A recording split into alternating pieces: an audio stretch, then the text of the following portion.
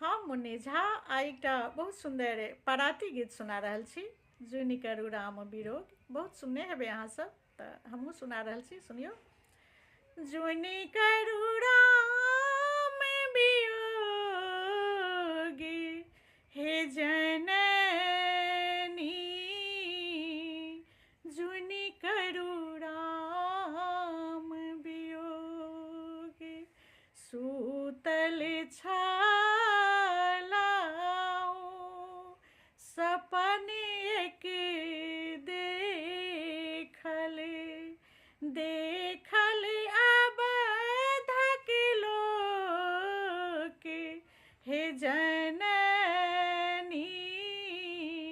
जुनि करू राम वियोग, दुई पुरुष हम आबती देखले, एक श्यामली एक गोरी, हे जननी, एक श्यामली एक गोरी, जुनि करू राम वियोग, हे जननी, जुनि करू राम वियोग, कांचन गढ़ी हम जारती देखले, लंका में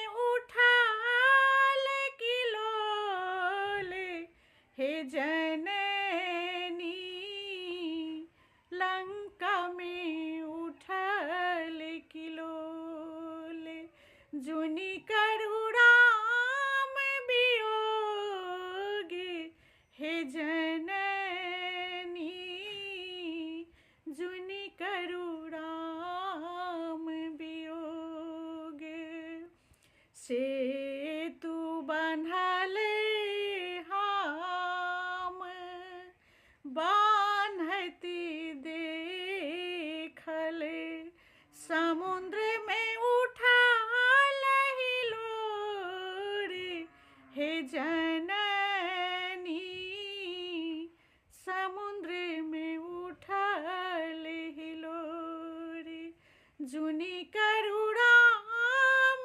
वियोग, हे जननी, जुनि करू राम वियोग। जय मिथिला। नीक लागल हैत तऽ कनि कमेंट लाइक जरूर कऽ देबै, और कनि सपोर्ट करियौ। हाँ, मिथिलाके मैथिली लोकगीत गाबै छियै, कनि कमेंट लाइक सेहो जरूर कऽ देल करियौ, और फॉलो तऽ कइए लिअ हमरा पेजके। ठीक छै। जय मिथिला, जय मैथिली, बाय बाय।